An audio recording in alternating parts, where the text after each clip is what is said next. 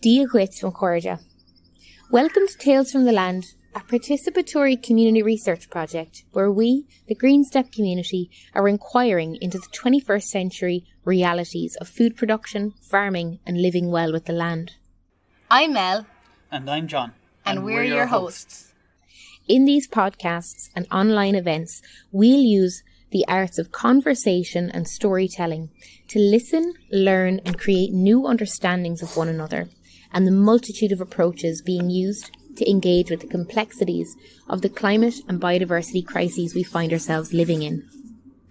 As we go, we'd love to hear from you about your experience, struggles, ideas and visions for a sustainable, prosperous and just future for all. Please send us your ideas to thegreenstep3@gmail.com and we'll include what emerges as we engage with policy consultations for land use in Ireland. Our ancestral practices of tending to the land are rooted in our Irish culture, heritage and language.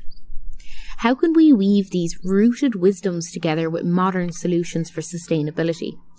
We'll meet with you and a variety of folk to explore these questions together. We intend to listen and learn from the tales of the land and see where the journey takes us.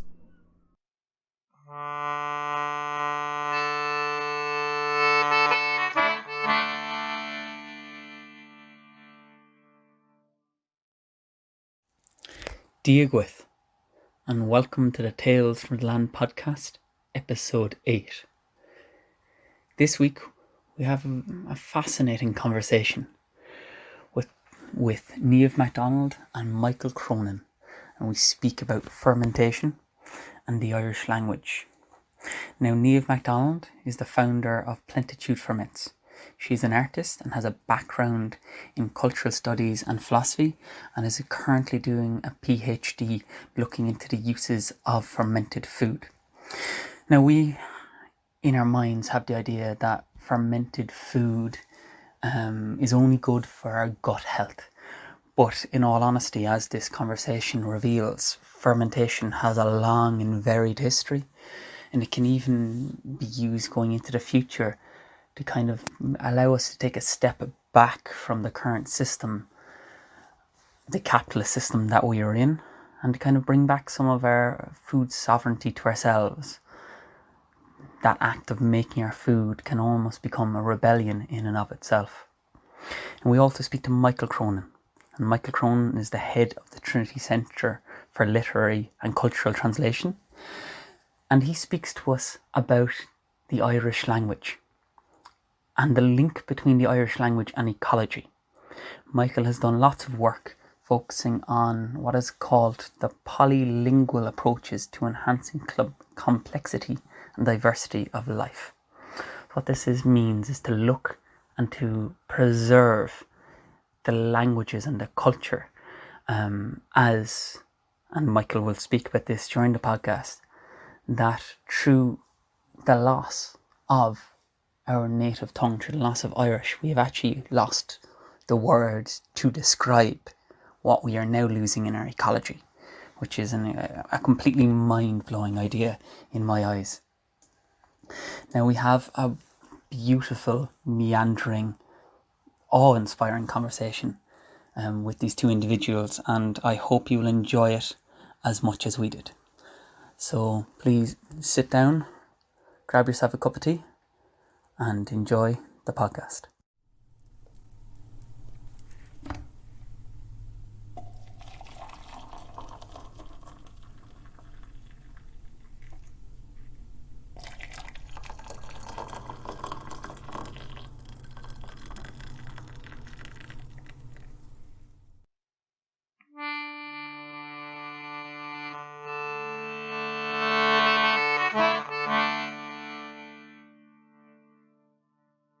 Hello everyone, and welcome to episode 8 of the Tales from the Land podcast. Today we have two fantastic guests with us.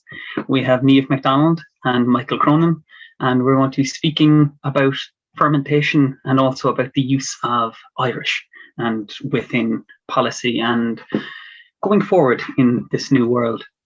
And so before we begin, Niamh, can I ask you to introduce yourself and call in where you are at the moment in the country? Yeah, hello. I'm based in Loughcrew, near Loughcrew rather, just outside Oldcastle, and I'm from not too far away in the Boyne Valley, near other megalithic sites, New Range now and Daiobh. That kind of was, the area that I grew up in. And it's been a lovely sunny day here today, so I've been enjoying that. Beautiful. From the ancient heartland of Ireland. Fantastic. Yeah. And Michael, would you mind introducing yourself and where are you currently? Hello, my name is Michael Cronin. So I head up the Trinity Centre for Literary and Cultural Translation, and I'm speaking to you from Ghaelige, so just outside Dublin, Ghaelige, in Irish, the Glen of the Sheep. We're just beside Éire, Éire's fortified place, and where I normally work, or at least I worked pre-pandemic, is in Nassa Street. So that's in Irish Stráid Hubbard Patrick's Well. So and the university that I work in is named after Dublin, the Black Pool. So I work in a city that's saturated with the names of water, with the names of the sea, but those names are often utterly opaque in English. They're not accessible. So it's so I suppose what interests me, having spent most of my life working with different languages, is the way in which languages complexify, open up, diversify our experience of the world. I often think I was brought up with Irish and English, and there were sort of two windows that were bringing light into my house, and then I learned French, and another window was opened, and then German, another window was opened, and other languages. So more and more light came in with these different languages. So I suppose a lifelong concern of mine has been to stop societies from succumbing to a kind of monoculturalism, monolingualism, kind of monopolistic forms of attention that destroy complexity and variety. Thank you. I'm struck as you're talking about language that, in a sense, cooking and how we relate to food is kind of also like another language that isn't verbal, but is kind of with our senses. And Niamh, I know a passion of yours is fermented foods, and I'd love if you could maybe, invite us into your world a little bit more in what you do and the way you weave that magic. Sure. Just to kind of maybe expand a little bit as well, in the way that Michael did so beautifully there about, his sort of where he's come from and his relationship to sort of to his environment and his interest in language. Growing up in the Boyne Valley, one of the things that I kind of found anyone would be quite amazed and astounded by the kind of architectural sort of majesty of the megalithic tombs, and also the kind of feat of engineering, in terms of how these buildings, interact with the kind of with the environment, the conditions of the environment in such a dynamic kind of way. So that made very much a kind of an impression on me. And then the other thing as well that actually struck me was, and it was a kind of a question really, and I guess these are the sort of strands that I bring with me in the kind of, I have a background in research myself. I've sort of studied philosophy and cultural studies, and I have an art practice background as well. So they kind of all inform what I do in food fermenting. But anyway, the kind of question that kind of came to me was well, actually, yes, such a kind of a feat of engineering and such huge kind of scale of these megalithic, even kind of complex of sites. So what was the kind of labor division and organization, to actually carry this out? And that was another, really interesting sort of question to take with me in a way that I think it informs the way that I, dip into the past or look at history in Ireland in various different sort of ways and in different periods of time to think about that sort of social side. So, and I'm saying this as well in relation to fermented food, because one of the things I was really interested in is not just actually, making this really interesting food, but how it has grown up in cultures where there's been a lot of social cooperation in making that food, and particular ways of relating to the environment and the resources of the environment for making food. So I just, that really kind of got me sort of quite interested, as well as the actual, sort of the food chemistry side of it, the kind of the cuisine and the taste, those kind of bringing those kind of areas together. So basically, I make myself. I've started off making one particular kind of fermented food, which is using cabbage, which probably doesn't have a great press, really. Cabbage, maybe. If you grew up in this house, cabbage has a very good press. It's my mother's favorite food. She tried the fermented variety. I don't think so. That might be slightly outside the adventurous bacon and cabbage side of things. The interesting thing with any vegetables that are good for fermenting, it changes their whole kind of complexion. They become quite different. And when I'm speaking to people who haven't really tasted sauerkraut before, they might be surprised that it actually doesn't really taste usually of cabbage. That's the texture. But when you add other ingredients to it, you get a certain quality of vinegar, and that's really what you're looking for.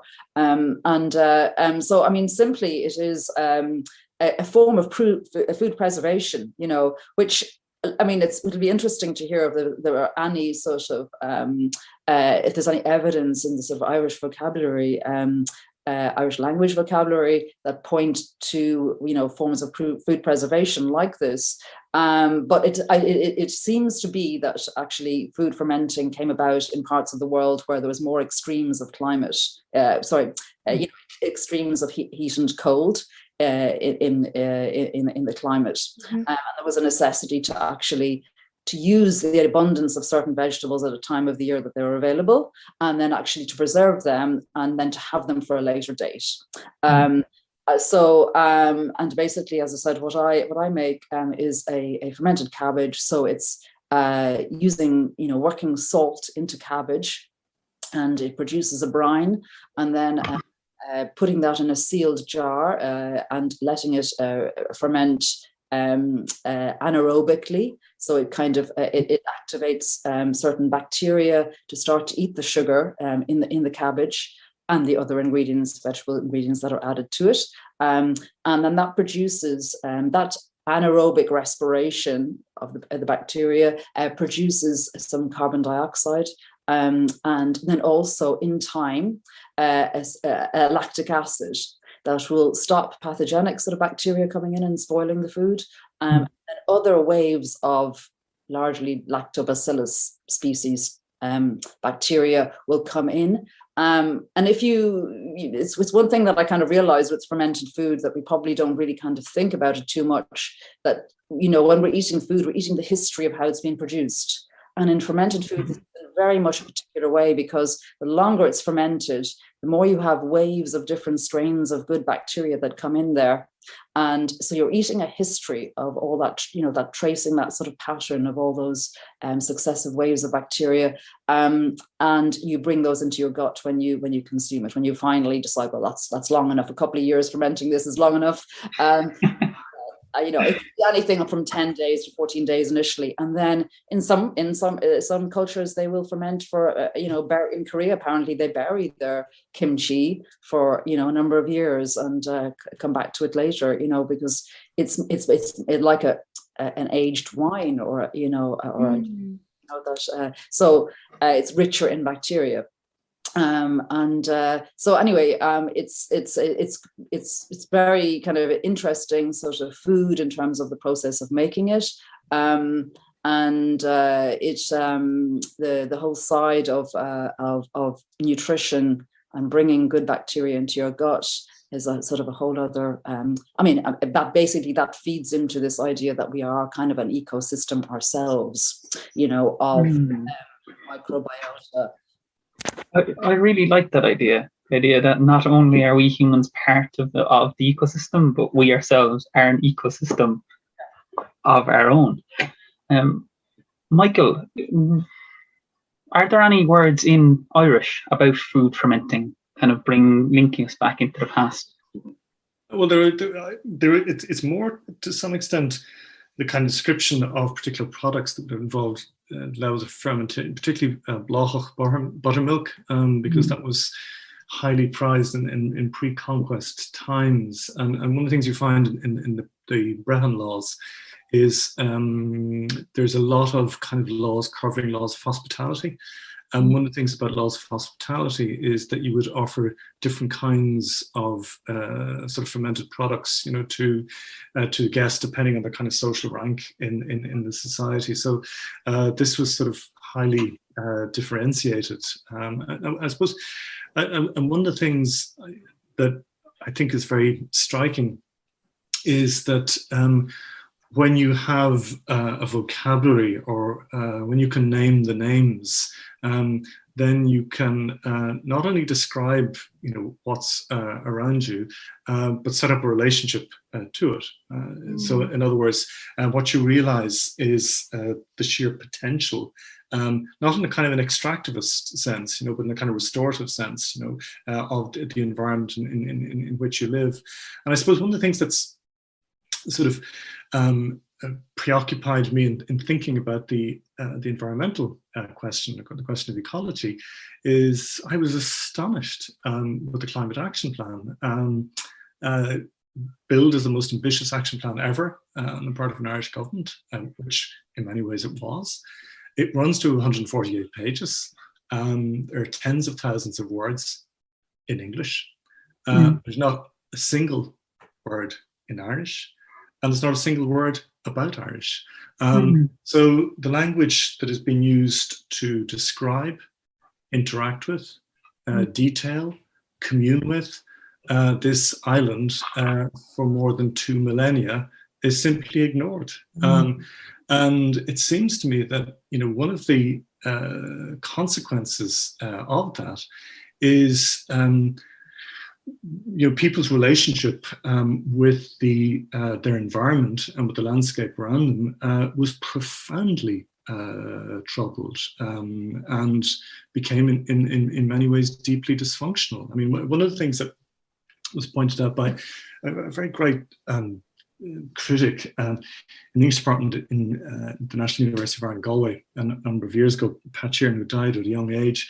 But Pat talked about how in Ireland, one of the first questions that we ask people, people want to know is like, where are you from? Can I place that accent, or can I do this, that? So it's the idea of place, and talking about place, the love of place. And this is something that's very much associated with the country, people's attachment to place. And what Sheeran says, this is real. People, there is an attachment to a fondness for place, but he says along with that fondness for place is astonishing disregard for place. It's an astonishing failure to kind of dwell in a sustainable way in these places. In other words, I think one of the consequences of this catastrophic disconnection between language and land was that a culture of possession was substituted for a culture of dwelling. In other words, this is partly to do with the colonial period, with territorial dispossession and the forced land transfer in the 17th century, is that the real focus became on just the sheer possession of land, but then the actual how you dwell meaningfully in that land, how you develop a relationship with it, and a relationship that is so embedded in this language that minutely describes fields, different kinds of fields, different kinds of plants, different kinds of hollows, different crevices by the sea. So, the stories that that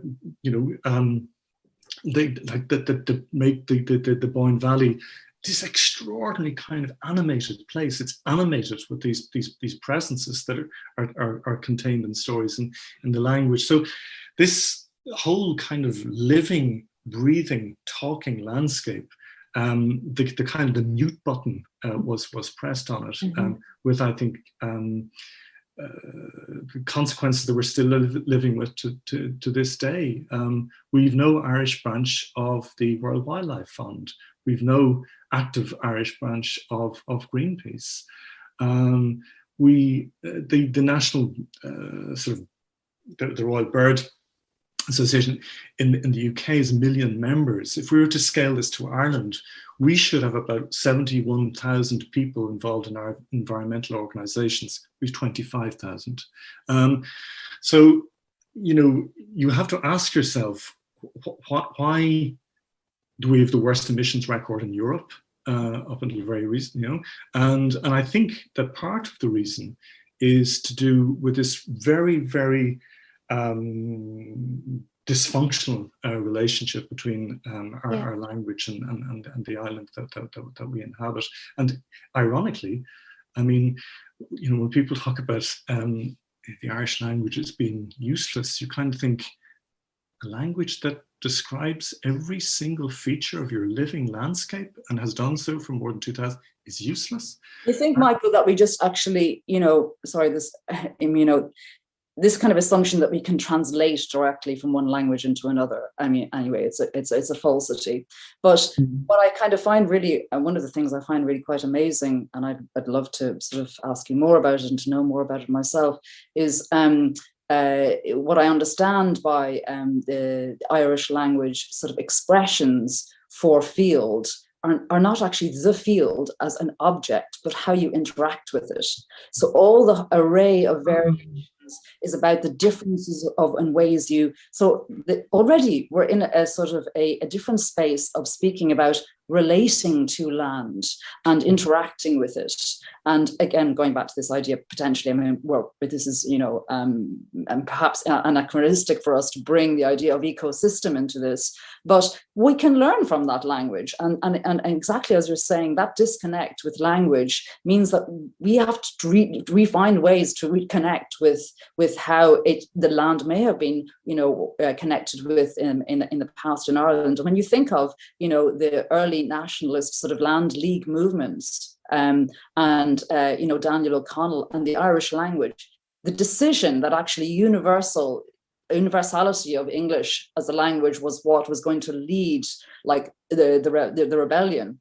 There, that's really kind of striking also. So you have the kind of combination of those two things of where the Irish language is suddenly kind of denigrated and is sort of subjugated, and then there's that kind of loss of way of expressing, and passing on and remembering ways of relating to the land, and that was done in the name of a freedom fighting liberationist cause at the time.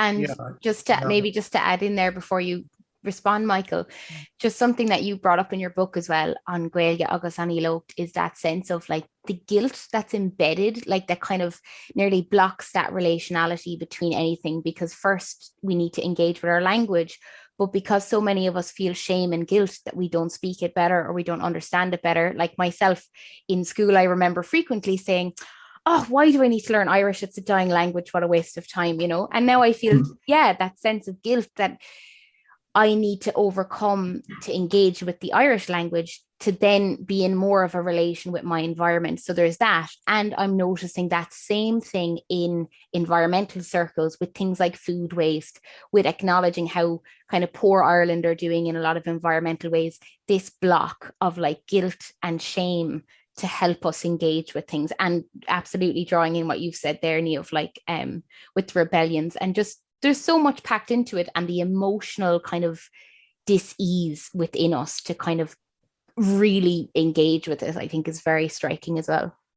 Is one. Yeah, I think one of the things that unites both the Irish language and the ecological crisis is these feelings often of guilt, and a lot of ecological discourse, of course, tends to feed off. You get what Timothy Morton, being ecological, calls the data dump. Like, I'm going to a bunch of statistics now will tell you how like appalling, the performance of your country is, and so on. And we can all do this, and of course, the difficulty about that kind of the what he calls the horror mode is that it induces a kind of paralysis, and I think the paralysis with respect to the ecological crisis is also the kind of the guilt-induced paralysis that you find with respect to Irish, particularly. And this is where I think that the question of food comes into the picture, is that the really cataclysmic event for the language loss is the famine. And I've been doing a lot of research on intergenerational trauma and looking at the work of Armenian scholars on the consequences for Armenians who left Armenia after the genocide in 1915. And how a lot of them lapsed into either a culture of silence or moved into another language and refused to have anything to do with Armenian. And one of the things that these researchers have pointed to is the duality of orality, that the mouth is something you take food in with, but it's also, of course, the organ that you speak with. So when the site of food intake becomes traumatized through acute famine, we're still the only country in Europe, the European Union, is smaller in population than was there in the 19th century. So when this becomes a traumatic site, well, then you find all kinds of speech pathologies, all kinds of difficulties around speech and the articulation of speech as a consequence. And this is borne out in other sites of intergenerational trauma. So to some extent in Ireland, one of the consequences of that then was the kind of transferred violence to the schoolroom in the newly independent state, where the kind of the brutality of the colonial regime gets replicated in the kind of the early nationalist state, where if Irish was beaten out of children in the colonial regime, was then beaten into children in the nationalist moment. But it's so you get these accumulated traumas, and I think one of the things that I was kind of hoping to do with the Irish ecology and Gaeilge book is to move Irish out of the kind of that older nationalist paradigm where it becomes separatist, exclusivist, supremacist, and to resituate Irish,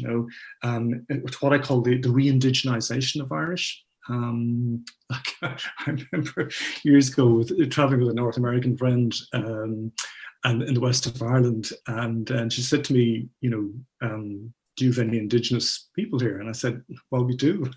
He's driving the car. But it's kind of interesting how that is so not part of our vocabulary. And I think it should be in thinking about. That's a really fascinating connection about the mouth and food and nourishment, and expression. And one of the sort of interesting things about research on sort of fermented food and the microbiome, as I said, that we are kind of an ecosystem. Of all our, mammalian cells that we have, all of them with copies of each with the same copy of chromosomes. We also then have all of these other microbial cells with mitochondria that have bacteria that are a lot more sort of ancient. So apparently, it is said that if you are born, going through your mother's birth canal as opposed to cesarean section, that you actually pick up a lot more of a healthy gut flora. So, I mean, our largest concentration microbes is in our gut, like over kind of several trillion. And we have, microbes all over our body, but largely concentrated there to that, a huge extent in the gut. And there is also very interesting sort of research being done about those kind of populations of diverse bacteria. That is actually the basis of our immune system. So especially then if you're fed with your mother's milk, that you actually will have greater immunity. And one of the reasons also for that is that the bacteria in your gut, in the baby's gut, will be activated to eat the sugar in the lactose in the milk. And in fact, actually, that is the basic principle of what's happening in fermentation in any different kind of food or drink, actually, that you're activating, culturing an environment for bacteria to colonize that little environment and to start to feed on the sugar and to break it down. So what happens in a fermented food is that actually we're working with with bacteria that we're inviting into the foodstuff, the substrate, and then when we're eating that food and bringing that into our gut, we're actually promoting the good bacteria in our gut to feed on that food, and it recalibrates our ratio of good to bad bacteria. And so what I find so also fascinating about this is that it completely can reposition us in relation to the whole issue about sugar, and the problems of processed sugar. And I really, I find it just so reductive when you have, governmental strategies, of chastising the obese, anyone for their addiction to sugary foods. Meanwhile, probably feeding corporations, that are pumping out the sugary processed foods and drinks. But kind of chastising people for that, when really that actually is like, to me, a sort of psychological repression, and that as you repress it, you'll actually really be, you'll be just as conscious of it. It's in your unconscious, and that actually we can maybe approach because what actually happens with fermented food as well, apparently, is that research is finding this, that as you are, it slows down your digestion, your rate of digestion when the food is leaving the gut and going to be absorbed into the bloodstream. And as a result of that, it is affecting and regulating the activity of insulin. So when you hear about spikes, peaks and troughs in blood sugar levels, in the blood, that is prompting, triggering your hormone insulin to act on that, to replace what has been lost. Whereas when you have a slower digestion rate and a more even, less sort of fluctuating sugar levels in your bloodstream through eating kind of fermented foods, you're actually not causing your insulin reaction in the same way. So you're actually not taxing your body so much. It is costing your body energy to digest the food when there are peaks and troughs in sugar levels. So it costs you less energy to actually get the energy from your food. And really, when we talk about fat buildup in cells, it's a byproduct of the malabsorption of nutrients, because if we actually have a more efficient management of digesting our food, we will also then be absorbed in the nutrients sort of better. So, as a result of that, we were actually just focusing on the wrong side of things. We're focusing on the kind of cosmetic side of the look of the body. If you have more energy, you will then, as a result of that, be able to move better, inhabit your body in a different kind of way. So actually, it's really from the inside out. But just to pick up onto, I guess, in some ways, it's coming to my mind the idea of of mother tongue and mother country, motherland, all of those kinds of phrases that, of course, Michael, as you're saying, they're very heavily loaded in relation to and sort of a striving towards a sort of a nationalist ideology. But do they have to be? I wonder. I mean, we don't necessarily have to sort of feminize the symbolism of the land, but that is actually running very much through a lot of the literature, isn't it? Well, absolutely. I mean, one of the most common tropes that you find, for example, in the Bardic period, is the idea of this kind of relationship, between the sovereign and the land. That there's this kind of sacred union, between the land and one of the signs of the land not flourishing is bad governance, injustice, inequality. They didn't have the term for just transition in medieval Irish, but that basically what they were talking about. If you don't have a just transition, it just and that extractivist approaches to the land, they produce this kind of disequilibrium, and it's kind of a rupture of that kind of fundamental relationship between the sovereign and the land. So there's many ways in which, of course, I think we can repurpose a lot of thinking for a different age and different set of circumstances. I'm struck with even the language there. The mother archetype is coming in, and that sense of birth, and it feels like I really feel like in many senses we're kind of like death douling the old way and midwifing the new way that we can be here on earth, and that sense of going through the birth canal and picking up those healthy microbes. It feels as if things like the Irish language and our vocabulary and healthy food and having healthy bodies that can actually, because if you have a healthy body, you've more capacity within you as well to engage with, say, learning Irish and moving through things like absolutely, Niamh, what you're saying about, the fat shaming and the body shaming, and that tying in again with the guilt. And when we're healthy, we have a lot more capacity to actually engage with more thoughts beyond just kind of surviving. And if our bodies are under that kind of stress and pressure when we're digesting, to engage then with even thinking about things in a whole other language, that can just be out of our remit sometimes. So I just think that's really interesting, just that. I think one of the things that, and I'd be interested to see what, to what Niamh used to say about this is that, one of the things that I think we are suffering greatly from is what I call the tyranny of indoors thinking.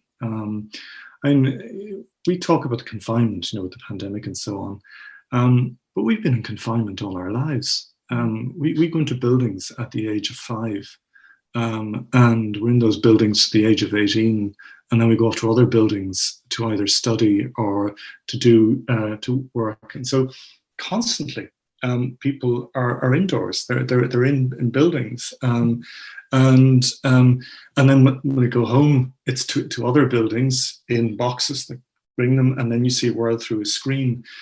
So all the time, you're getting distanced from this world that is you're carrying your support system and a kind of sphere of meaning. And what do we do when we teach people Irish? We teach them indoors, day after day, week after week, year after year. It's in buildings, in buildings, in buildings. We don't take them out into the fields. We don't bring them down to the streams. We don't, when we bring them to Gaeilge colleges in summer, we get them to play, sport was great, and to do kind of cover versions of English language pop songs, which again is great. But so this language that describes in exquisite detail that world that is outdoors, gets divorced. It's always taught indoors. So and I think one of the things that we need to aim for is a revolution in outdoors thinking. We need to bring our thinking outdoors. We're absolutely tyrannized by, it seems to me, a world of indoors thinking, which is exacerbated then by the kind of the spectral world of screens that we inhabit. Do you think we can actually start from within the language, Michael, in the sense that I've also been struck by the sense in which the Irish language is structured around minimizing the subject and object sort of positions in terms of,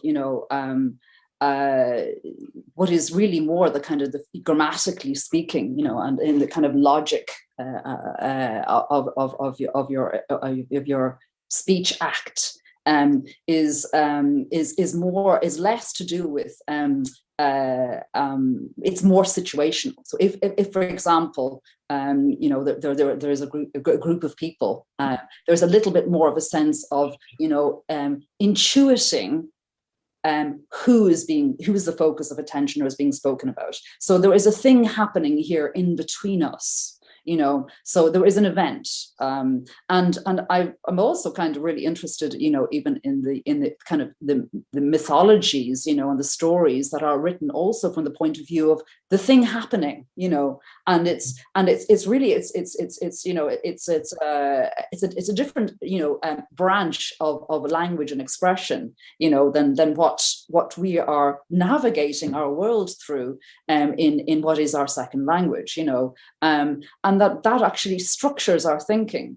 So the structure of thinking that, as you say, which maybe can take us outside into the world and into the environment and outside of these enclosures that we are in. And when you talk about enclosures, language is an enclosure of some sort, and there are many sort of, ways in which we encounter structures all the time, in terms of, civic and social space, and how we kind of, relate to each other sort of socially. So, it's not just the enclosure of the physical, building, that we're in, but then we can take that, beyond that. But I'm just kind of wondering again, other sort of seeds in the language itself, that can take us out of subject-object relations, and into more the event.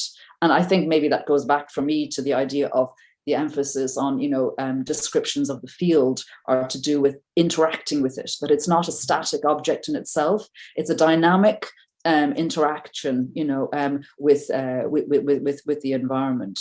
Niamh, I think it comes to what I think is the biggest issue we have is disconnection from all things. Like, we're disconnected from our environment. I'm obsessed with the environment. I'm an ecologist, yet I realized recently I spend 90% of my time indoors.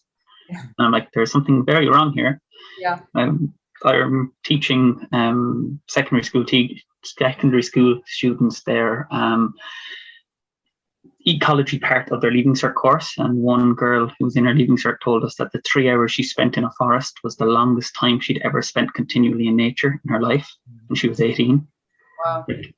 That's a level of disconnection that is insane. And when we lose our connection to our land and to our language then that can describe the land that we are from, it really, I think, gives us another level of disconnection. It's almost like a double disconnection from it, because I think, Michael, you've said in piece you've written that we lose the words to describe what we have lost. Yeah, and the grief, just to name just as well there, I'm hearing in what you're saying, that disconnect. I found a lot of the time in my own practice with clients is that beneath a lot of the time, the shame and the guilt is grief, and it goes back deeper. It goes back to the famine. It goes back to that disconnect. And there's so much kind of, sadness there that I just feel like naming. Michael, did you have something to add there? I think it's also, sorry, one of the things I would say there is a schizophrenia for me, in my daily life, my desire to sort of practice ethically, and to be ecologically minded, and how I immediately as I've got to step into the car, because I live in quite a rural area, which I love, and I have loads of space and it's very quiet, but because of the remoteness as well, and what I do, I have to actually get in the car for a lot of the time. And I think that is also the schizophrenia that a lot of us experience in trying to sort of navigate our way through our lives, and still try and maintain some sort of connection with that environment. And does your relationship with fermenting food and being with that cyclic nature of like being with that time of harvest and pickling and jarring and having it ready, like is that a way for you to kind of maybe heal or meld some of that disconnect and that schizophrenia, like in your own life? Yeah, I mean, absolutely. I mean, it's a hands-on, activity, of and you've got to put your hands, mash the cabbage. It's quite physical. If any of you know of making, kneading bread, let's say, for example, it actually does work certain kinds of core body muscles as well, not just your arms, which is surprising. But so yeah, there's definitely that kind of activity and just the yes, as you say, being more aware of using and working with vegetables that are available at certain times of the year, which was the pragmatic approach of early food fermenters, and so kind of working with those flows, and then also, I mean, what I'd love to be doing is actually not being evangelical about it, but actually convert a lot of people locally because then they would be improving their. I mean, I'm quite interested in a macrobiotic diet, which is. People would like to eat honey that is made from the area where they live. So, and that's actually, the antibacterial sort of properties in that. Mm-hmm. This is the kind of other way around, in the sense that actually it's the kind of good bacteria from your local environment, as Turlock was speaking about in terms of soil health and soil microbes. If we don't have good practices in farming, encouraging, the microbiota in the soil, you won't have them on the vegetables. So yes. That is a direct kind of connection, And what I also sort of like about that as well is in some ways it offers us a different vantage point, potentially, in terms of trying to deal with the problem of the fact that good food, as my friend says, actually, we're at this stage of capitalism where you spend more money getting the shit taken out of your food than putting it into it. Yeah. And that's where we're at, And so it may actually offer us some kind of a different vantage point, because you can't have the quality of good fermented food or drink unless you have the good bacteria in the soil. So what I say about that is actually then, if you learn, which I'm trying to kind of, teach people to make their own and use their own resources and also grow their own, ideally, linking the kind of what I call ferment it yourself with grow it yourself, that actually, there's no reason why that can't be quite, economically, sort of sustainable, and even to do cooperatively, and that you're actually then, boosting your immune system in relation to your own actual kind of, environment, but also that maybe it repositions us, that we are kind of, our conversation is going very much in terms of the disconnect, and absolutely that's there. But and one of the problems I face as a small food producer is that you're battling against the fact that, the gravitational law, of the marketplace is that somebody's going to buy a cheaper food product, that is imported, when they have so much, when they're trying to make ends meet. And how can you defend, what can you say to that? Except for, well, maybe this will be better for you, but a lifestyle choice might not be an option for them. Yeah. To something that's better for them. So how do we actually,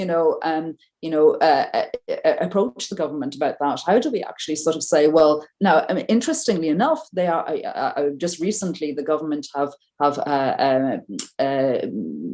put forward they're supporting vitamin D, and they're reducing the price of vitamin D supplements to encourage people to take vitamin D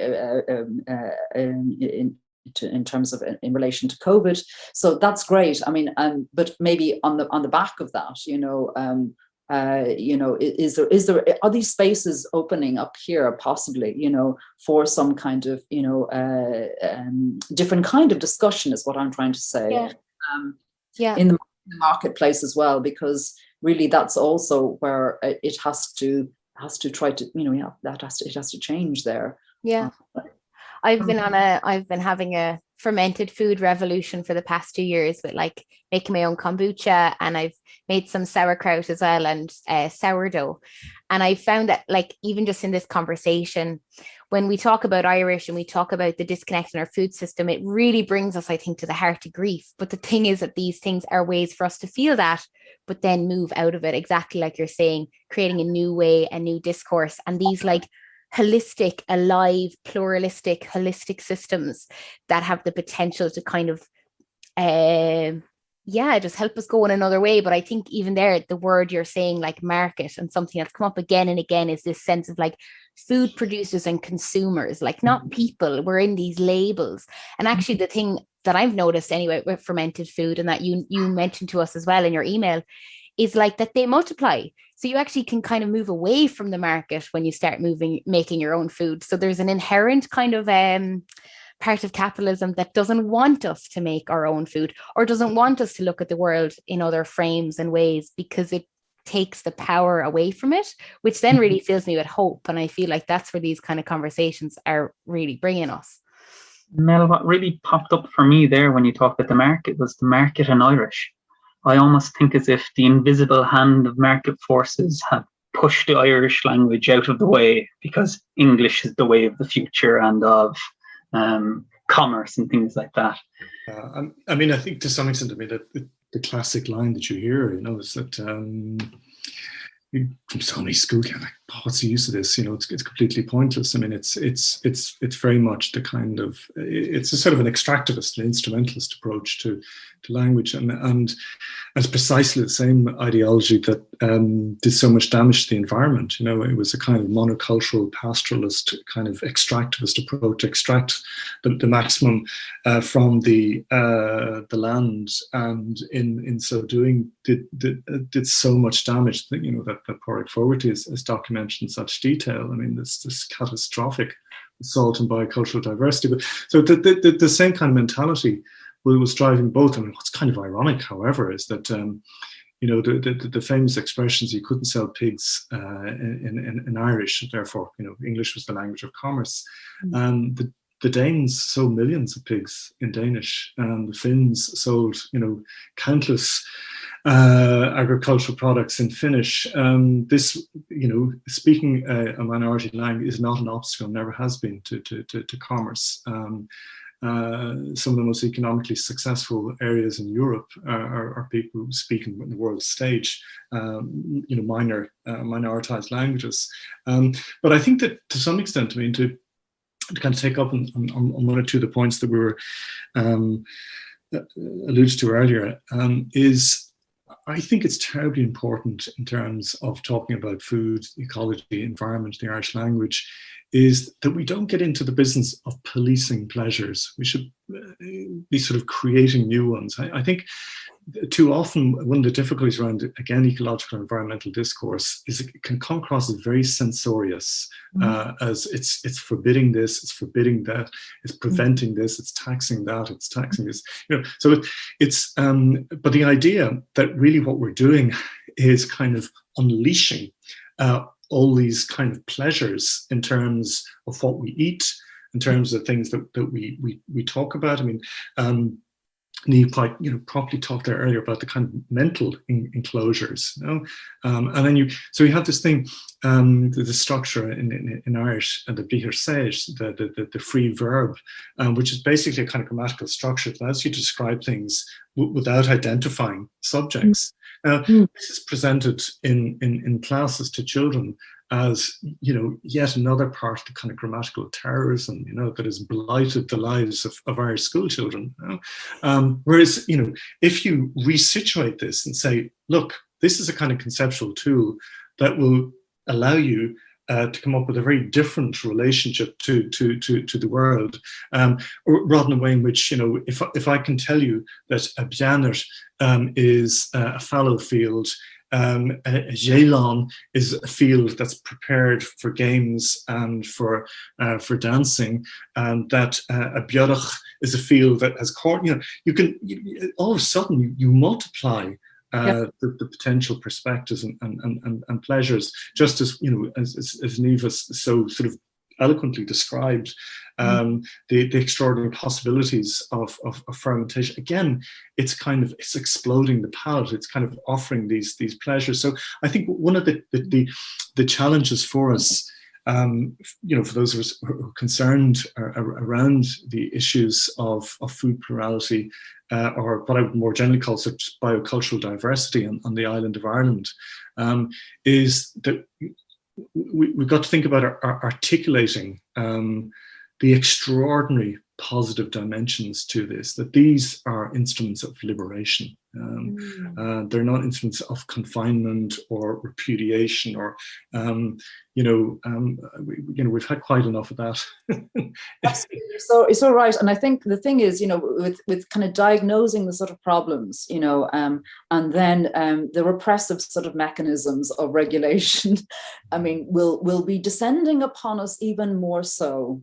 And I think there's a huge amount of onus on the individual, to carry again, the shame of, our individual carbon footprint, et cetera. I mean, yes, okay, there is an element of that, but really, there are different scales and very many different perspectives in which to actually kind of look at this, and I think, we may end up actually, feeding that whole top-down heavy governmental sort of regime, which, I mean, I'm kind of worried, for example, that, I would like to have a much lower emission car, I don't have one at the moment, and I can't really afford it. So, are there going to be regulations coming on stream where it makes life extremely difficult for some of us who can't actually, manage to conform to them, unless there's a backup infrastructure there to support it, and again, I think that's maybe actually where we, it is important to sort of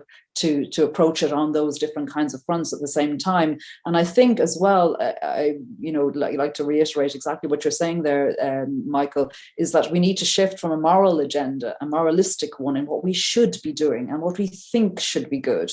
It is actually somehow going into more what I would call an ethics, of sort of ethics of,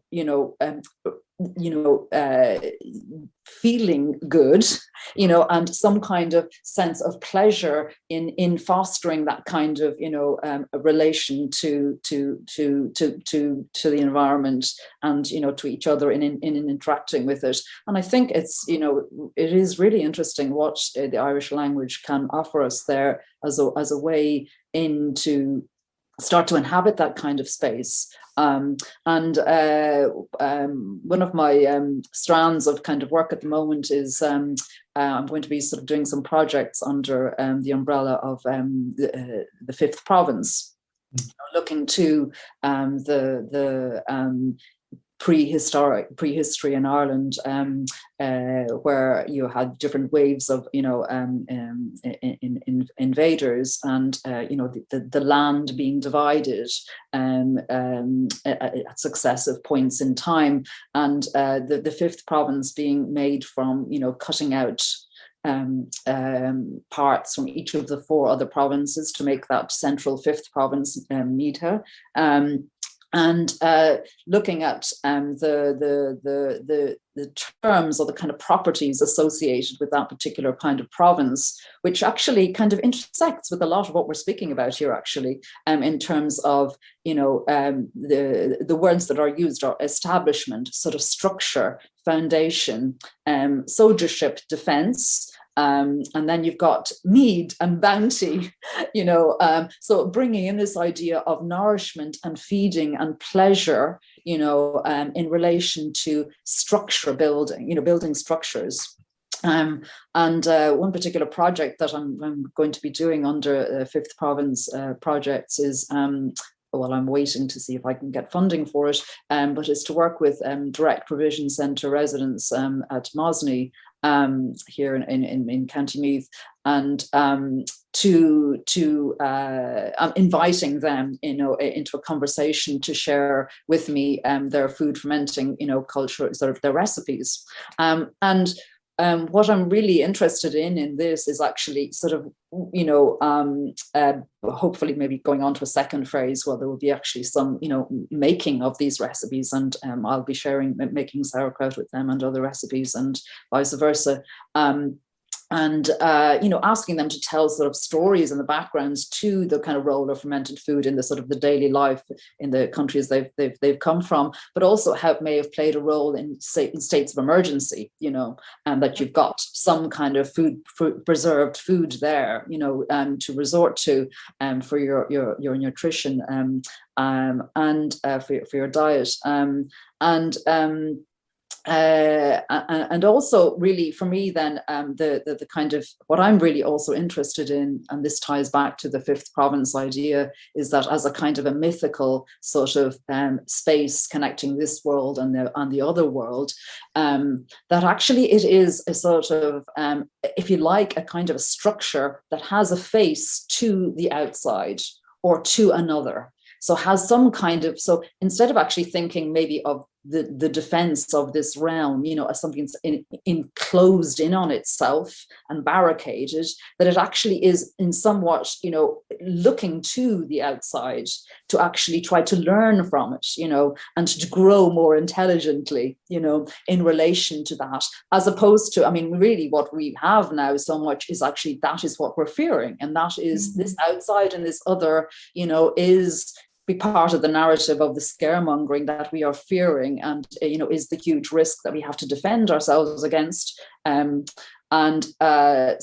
I'm just interested as well how we speak about other communities in Ireland, and this sense of the other, that actually we can learn from them, and it repositions us in relation to this continuous narrative, that wears me down here as well in Ireland, and in a lot of kind of the developed world countries, where it's really, the struggle to remain on this kind of upwardly mobile kind of ladder, where you're reminded all the time about what your supposed assets are or should be if you don't have them, and that's what your value system is, and that's what you're working towards. And I spend daily having to resist that.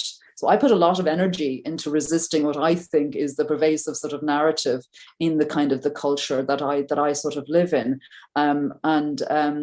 so I'm just quite interested in opening up this kind of, this exchange where actually it's instead of reminding us, that, oh, these people don't have somewhere to live. They're sort of without a home or an abode.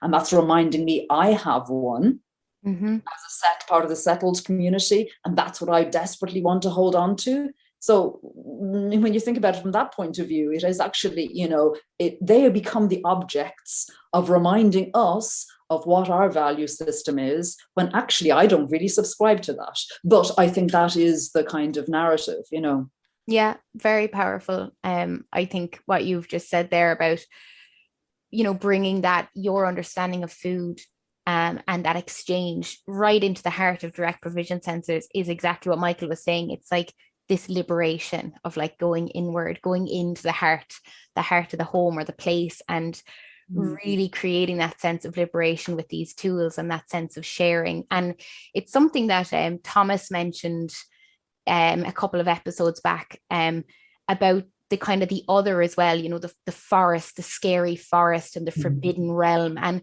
as you're talking about the fifth province, it's making me think of the Dagda, which is like an old Irish god who typically now actually is often associated with kind of like dirtiness. He's kind of like a big oaf kind of grunting, but like actually when you dig deeper, like what you're suggesting with Uisneach, when you go deeper into the mystery and the heart of that, he's actually like the father god, and was known as like the good god because he was like known to be good at almost everything. Not that he was super benevolent, but that he was very skilled, and he's often associated with Odin or Thor, and he had these he's associated similarly like the Gaeilge with the life-death cycle. Again, that cyclical nature that Irish honours in its identity embedded in this moving landscape, and same with fermented foods. And he had this club, this really big club that could take out 9 men if it was swiped it. But then the other side of it was a regenerator that could like bring back life. So again, you have this kind of duality, this pluralistic a view that doesn't really make sense in our heads. Like, why would he kill someone and then bring them back to life, or that kind of confusion? And he also had, which I think is perfect for this conversation, a bottomless cauldron.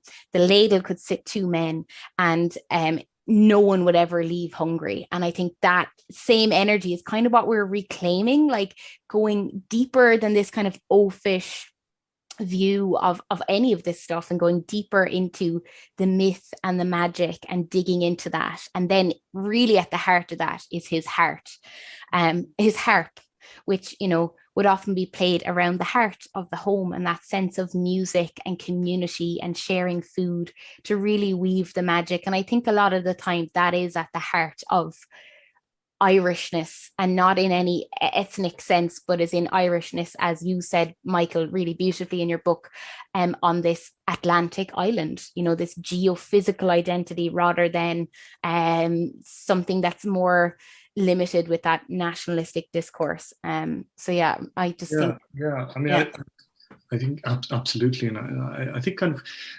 Niamh's kind of notion of sort of a territorial redescription of place, that this notion of the fifth province, which I first, because and the word, of course, for province in Irish is Gaeilge, you know, it's the fifth, you know, so it's and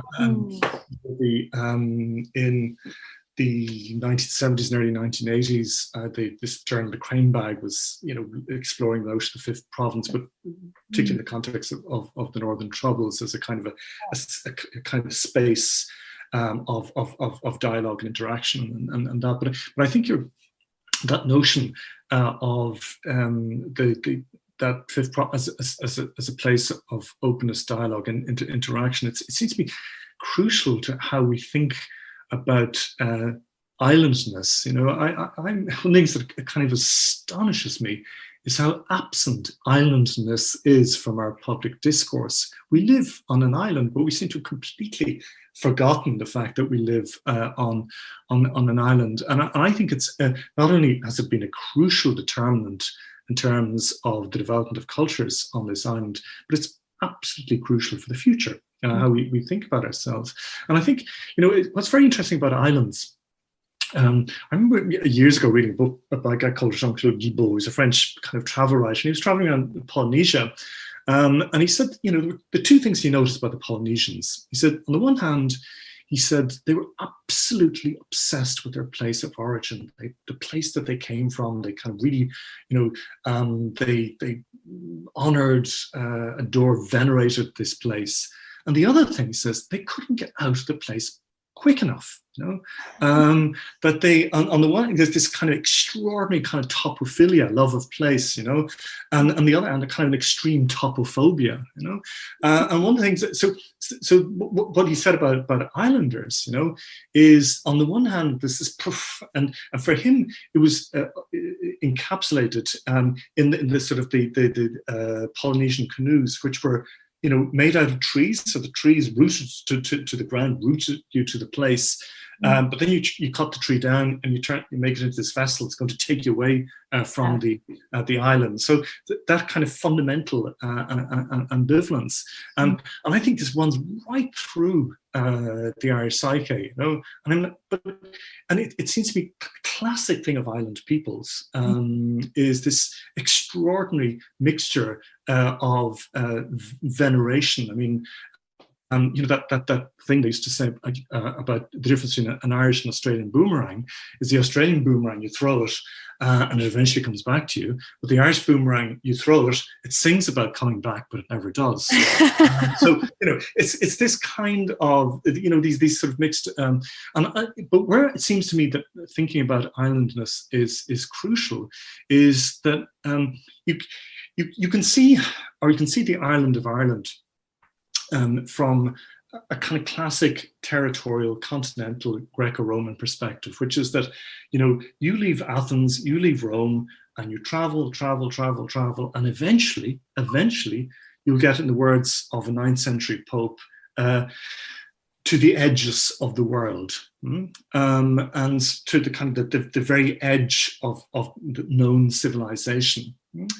But there's a completely other way of viewing the island of Ireland, which is that it's absolutely at the crossroads of these influences coming down from the Scandinavian world, coming up from the North African, from the Iberian Peninsula, going east-west in terms of relationships between, you know, what's traditionally been called the old world and the new. So what you find then is this island smack bang in the middle of this traffic.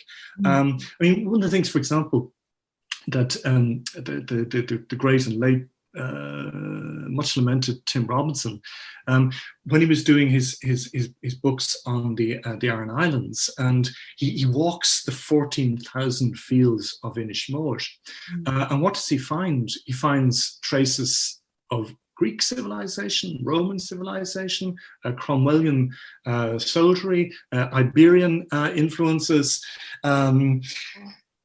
So this island that was seen was cast in a somewhat traditionalist nationalist perspective as the pure cradle of unsullied Gaelic culture, was extraordinarily rich in the complexity of all these things that were brought to the island. So it seems to me that, and I think when we look at the direction that our sister island is taking, where you're getting this notion of a kind of a fortress island.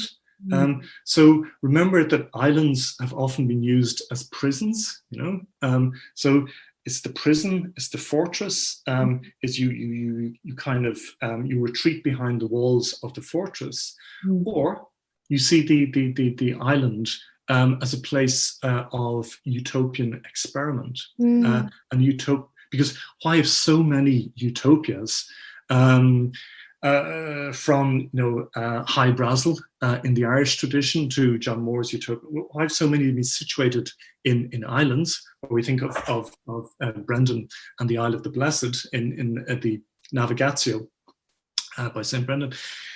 It's because islands offer a sense of renewal, of reimagination, but they are, of course, places of passage. And I think as well, what we need to do as part of that is to really think about our relationship with what I call the monumental Irish other. And the monumental Irish other is the sea.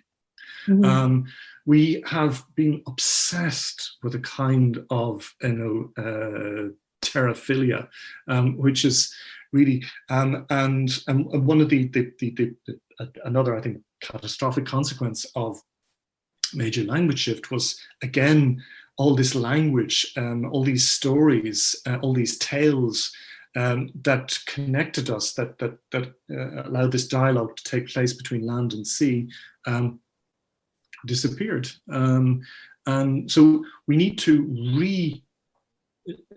negotiate not just our relationship with the land in the traditional notion of territorial self, but to, and this is why one of the things that I think we urgently need, particularly in terms of discussions around the Shared Island Initiative, and in the context of what's happening with Brexit, is we need to think about the notion of ecological sovereignty.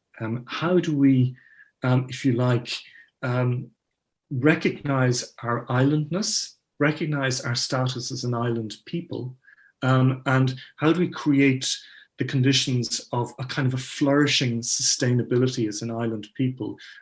So it's a notion, it's actually taking this word insularity, which so often suggests a narrowing of horizons, a closing down of perspectives, and using this notion of the island, the Ilan Ur, the kind of the fresh island, the new island, to create a renewed sense of what the possibilities are for us as an island people. Very powerful. Yeah. Myself and John live on the Great Island, which doesn't even have island status, and everyone seems to forget that we're an island. And working with local environmental initiatives, like I've been really passionate about, we could literally be a petri dish for a circular economy. And I've talked to people in the chamber, and it just seems it's so foreign, like people, it just hasn't really sank in yet. But like you're saying, and I'm thinking here as well about what you've said about internalization, like that we've been externalized in this globalized way for so long. And now it's about maybe coming back home, back to this sovereignty, this internalization. But then I just think of, Christian mystics and people throughout the ages. I'm training as a minister. That's where that's coming from. that have used this inner labyrinth of going in. I mean, anyone who's done any deep diving into themselves realize, oh, wow, there is such a realm that I need to explore. And I think that's the same with like these beautiful tools that you're bringing and offering and sharing about so eloquently, is that they're tools for us to understand ourselves, our bodies more. And of course, you know, we are the earth. So the more we understand our bodies and ourselves and our place that we're in and where we're rooted, it just transforms and liberates how we actually are viewing our relationship with all that is, and in this global climate crisis and where we're going forward, which, you know, is just like, yeah, so essential. And now I think we could sit here and talk all night, but it is nearly, you know, we're coming up towards the end, and I'm just wondering, is there any other comments you'd like to touch on, or threads as we begin to kind of bring it to a close? Yeah, in a kind of Beckett sort of fashion, I'd like to kind of talk about that, pick up on the end game idea there. You know, just what you were saying there, Michael, about you know, the idea of, from a certain perspective in literature, you know, and thinking, and that Ireland is a destination, an endpoint. If you're going to the Atlantic, you know, and if that's, you know, as far as we've gone, and, you know, that's where it is, it's the end point, it's the end game. But then thinking about it differently from another perspective, as a crossroads, as a sort of a meeting point. And also we can, you know, also delve into the Irish language to think about, as we have been speaking about, the field, you know, and or the idea of boundaries. You know, the idea of a boundary is not necessarily of a defensive structure, ultimately to keep out that kind of enclosure, but it, depending on how you build it, it can have different perspectives on the environment around it, you know, and different places for you to stand and to look out from, you know, or different ways to approach it from outside either, you know. So the idea of crossing, you know, is very much there, you know, and a different way of thinking about sort of, you know, the structures that we inhabit or we live in, or that we would like to build, or how we also see, you know, our islandness in that way. And then I'm also thinking about going back to sort of food and taste, you know, and also the idea of kind of crossing, you know, and where you can go, you know, on a bit of a journey with a taste. So as part of my Fifth Province projects, I'm kind of interested in bringing in the idea of the fifth taste, you know, sensation, you know, the umami sort of flavor. And again, it's this idea of this kind of otherness, maybe in tastes that may be a little bit sort of foreign to an Irish palate. But then actually maybe to use more familiar sort of Irish substrate, you know, Irish grown, you know, a more indigenous type, you know, crops to do the fermenting on.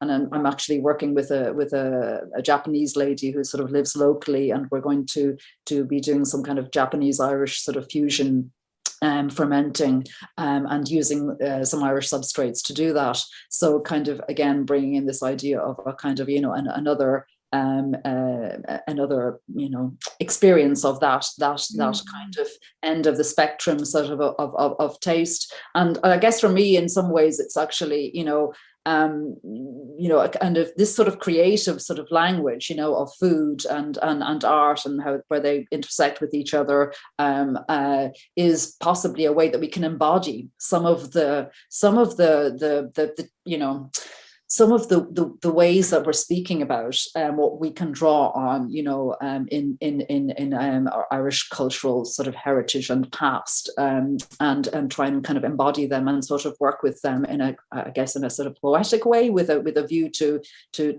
politics as well. Yeah.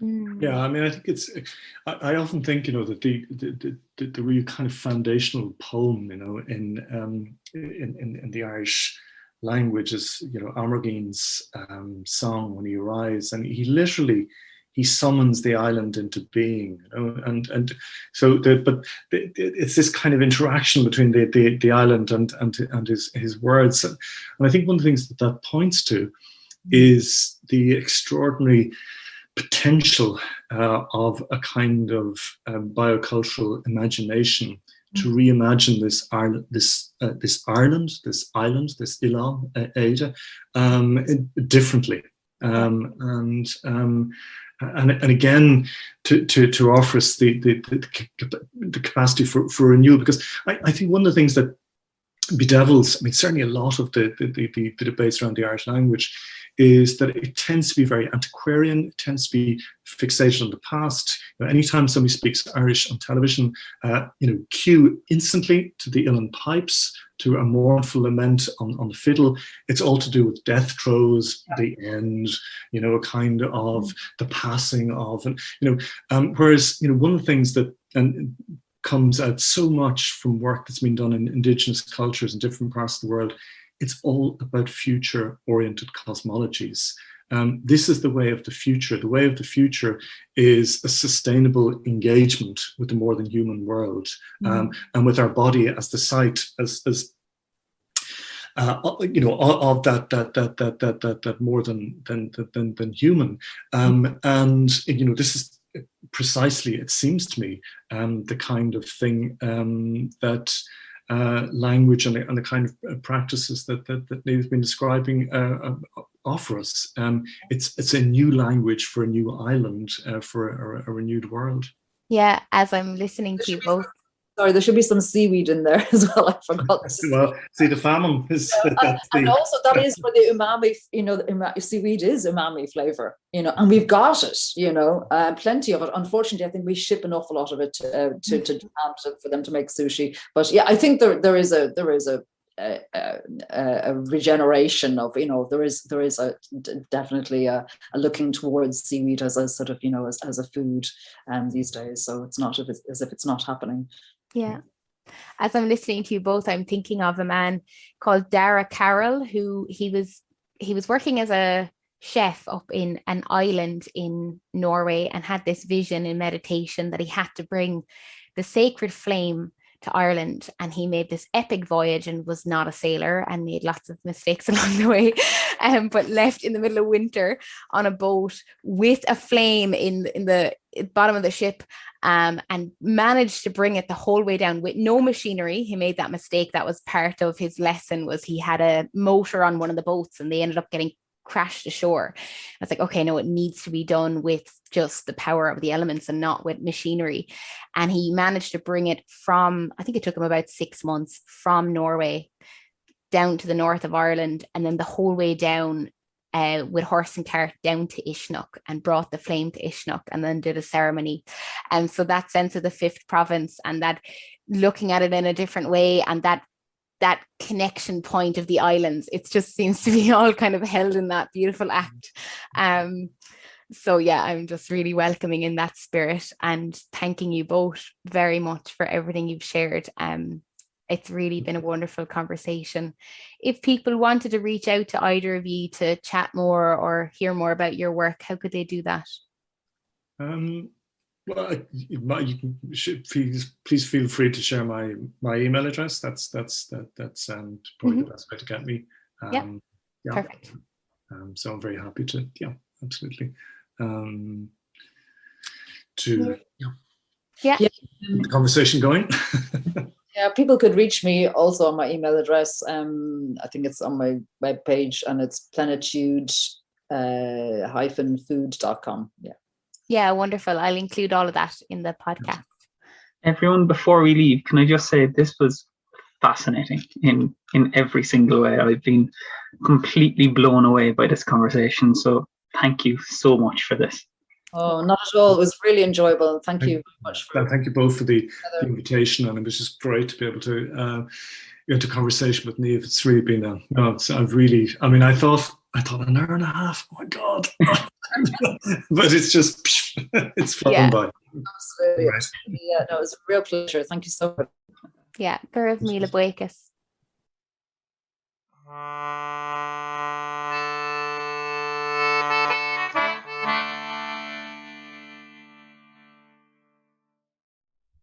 Gavin Míle Buíochas Lat for joining us today and donating your lovely listening ears to us for the hour and so minutes.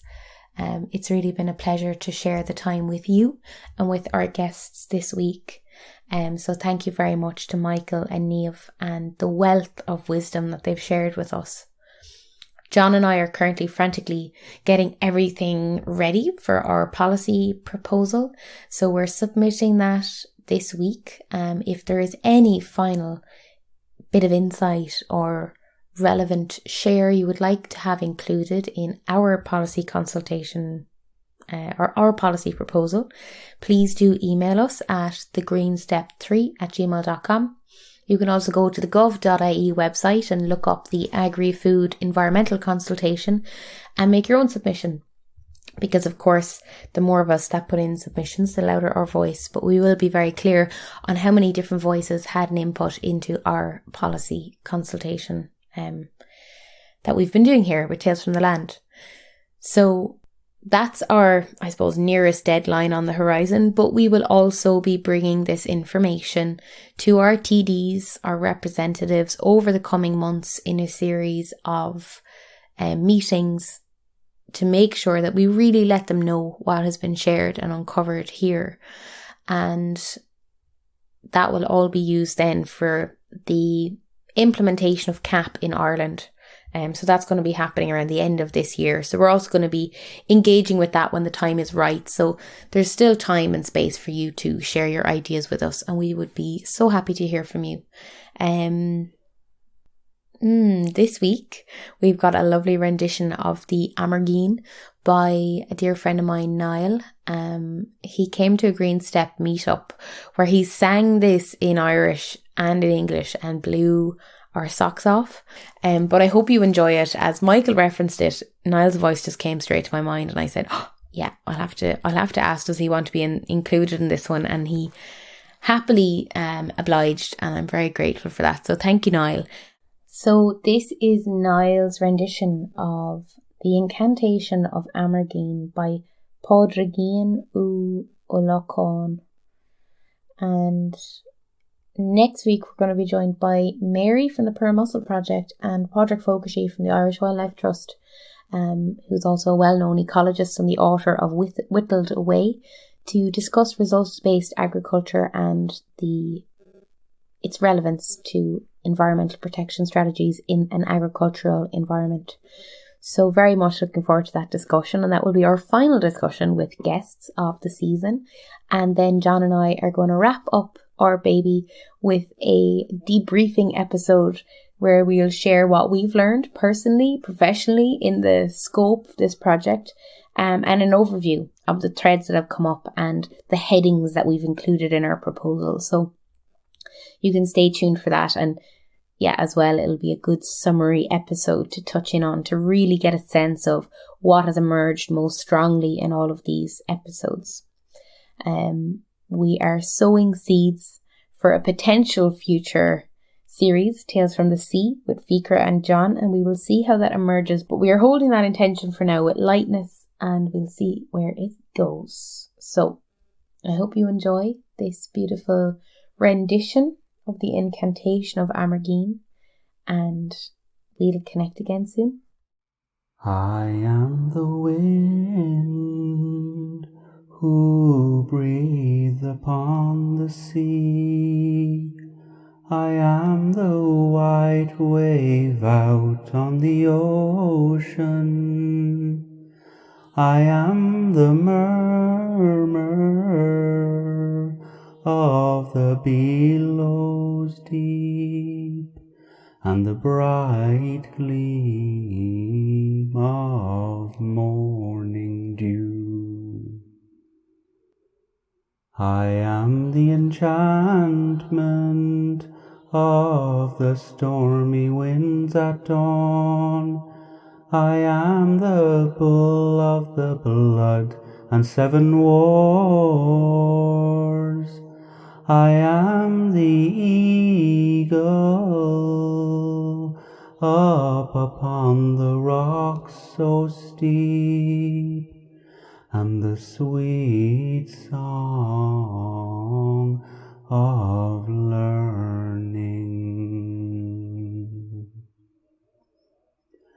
I am the fairest of flower and field. I am the wild bird free upon the hillside.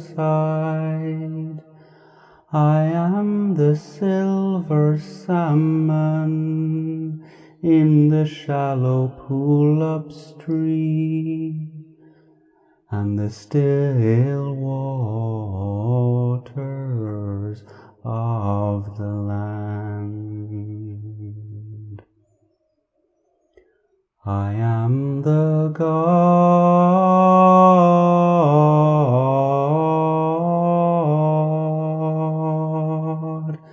who created fire in the head, and where falls the evening sun.